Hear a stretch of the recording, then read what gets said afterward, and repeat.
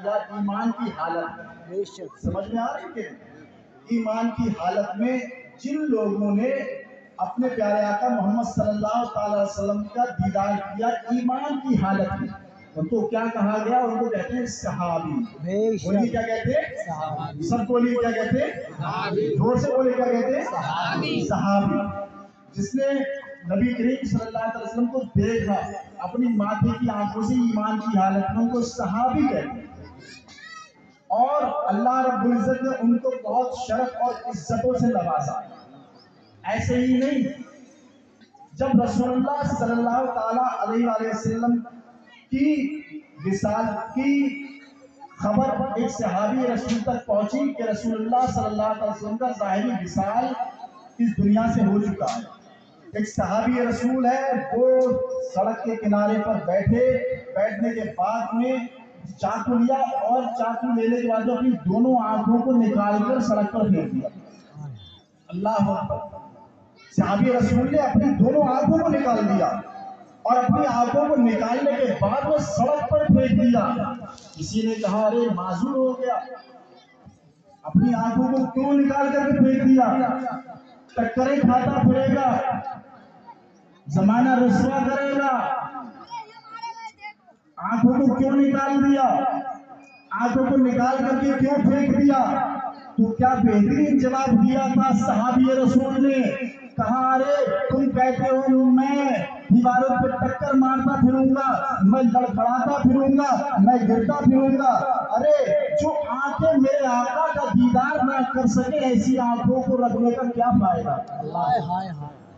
جو آنکھیں آقا کا دیدار نہ کر سکے ایسی آنکھوں کو رکھنے کا کیا فائدہ؟ اللہ اکبر. یہ صحابی رسول اللہ رب العزت نے انہی کے بارے میں فرمایا کہ میں ان سے راضی ہو گیا. سبحان اللہ، کہ میں ان سے راضی ہو گیا اور یہ مجھ سے راضی ہو گیا. اللہ کی بارگاہ میں دعا کرتے ہیں یا اللہ تو ان سے راضی ہو جا. دعا کرتے ہیں کہ نہیں؟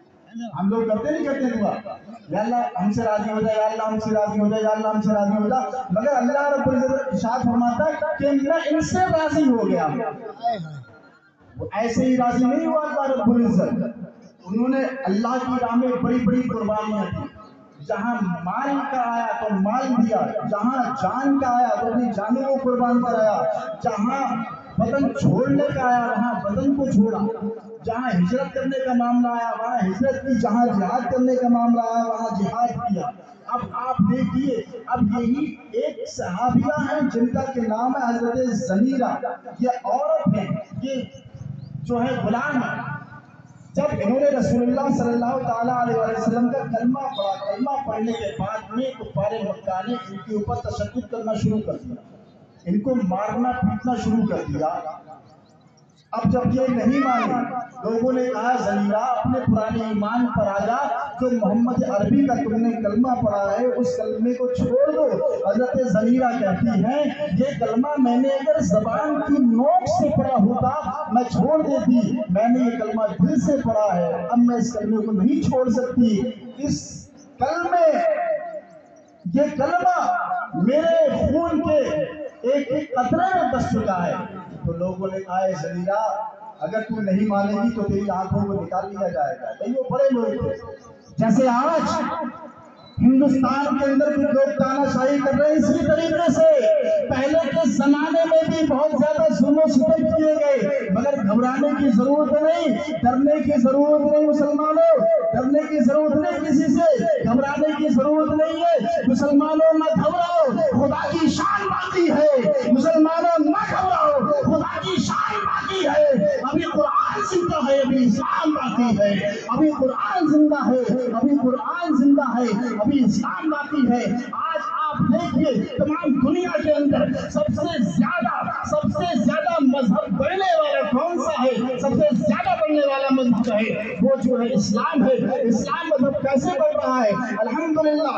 آپ کسی بھی اللہ کے ولی کی بارگاہ میں چلے جائیں، ہمارے ان جگہوں سے، ہماری ان خانقاہوں سے کوئی غلط پیغام نہیں دیا جاتا. مگر ہماری خانقاہوں میں اگر مسلمان آتا ہے اس کو بھی اتنی ہی عزت دی جاتی ہے، ہندو آتا ہے اس کو بھی اتنی عزت دی جاتی ہے، سکھ آتا ہے اس کو بھی اتنی عزت دی جاتی ہے، اگر کوئی عیسائی آتا ہے اس کو بھی اتنی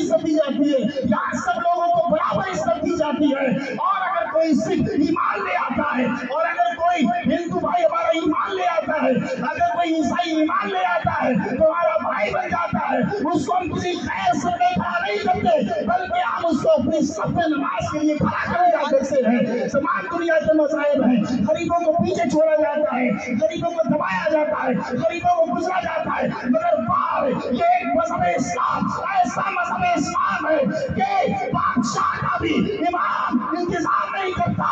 اگر نماز کا وقت ہو گیا ہے، اگر بادشاہ وقت آنے میں دیری کرتا ہے تو امام مصلی پر پہنچ جاتا ہے۔ بادشاہ وقت کا بھی انتظار نہیں کرتا۔ یہی بادشاہ وقت ہے اورنگزیب رحمۃ اللہ تعالیٰ علیہ ہے۔ اورنگزیب رحمۃ اللہ تعالیٰ علیہ جب دلی کے بادشاہت کر رہے تھے، بادشاہت کر رہے تھے آپ، اب امام بدلتے جا رہے تھے، امام بدلتے جا رہے تھے، یہ امتحان لیا کرتے تھے ہمارے بادشاہ لوگ۔ امام صاحب آئے، وہ بادشاہ کا انتظار کیا کرتے تھے، انتظار کر 2 منٹ، ہاں اب بادشاہ سلامت آتے ہوں گے، بادشاہ سلامت 5 منٹ لیٹ آئے تو بادشاہ سلامت کا انتظار ہو رہا ہے۔ بادشاہ سلامت آئے، نماز پڑھی، نماز پڑھنے کے بعد میں وزیر سے کہا ان کو ہٹا دیا جائے گا۔ دلی کی جامع مسجد میں کوئی امام رکا ہی نہیں کرا کرتا تھا، کوئی امام نہیں ٹکتا تھا۔ ایک دن ایک امام صاحب آئے، ٹائم ہو گیا ظہر کا، مکبر سے کہا تکبیر پڑھو۔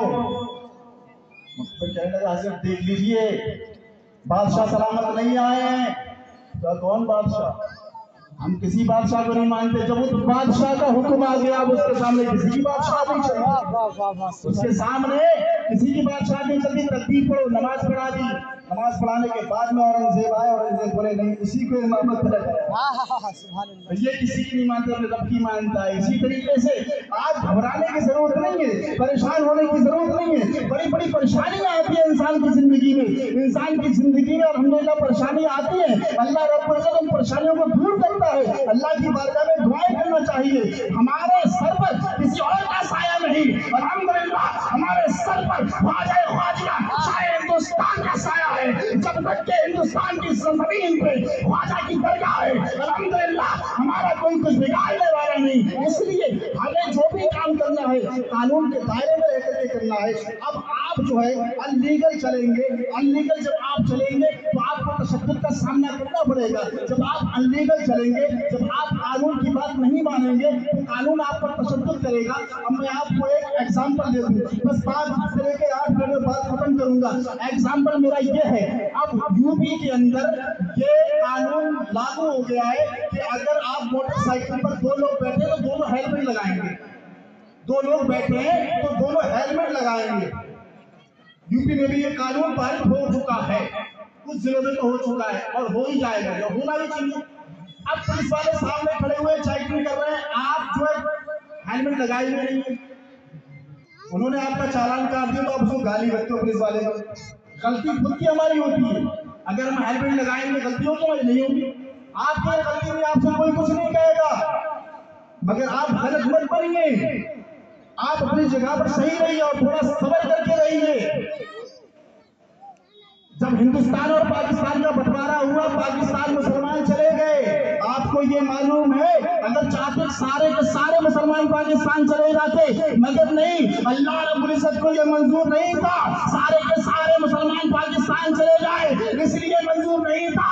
ارے جب سارے کے سارے مسلمان پاکستان چلے جائیں گے تو دانش فریدی کی مزار پر چراغ روشن کون کرے گا؟ خواجہ کے مزار پر چراغ روشن کون کرے گا؟ خواجہ عبدالقدیر کے مزار پر چراغ روشن کام کرے گا۔ الحمدللہ یہ اللہ کی مصلحت تھی جو اللہ رب العزت نے ہندوستان کے اندر مسلمانوں کو رکھا، اور گھبرانے کی ضرورت نہیں، ٹینشنائز ہونے کی ضرورت نہیں۔ آپ جب اپنا محاسبہ کریں گے، جب آپ اپنی زندگی کا جائزہ لیں گے، جب آپ اپنی زندگی کو اٹھا کر کے دیکھیں گے تو آپ کو کوئی بھی انسان غلط نہیں لگے گا۔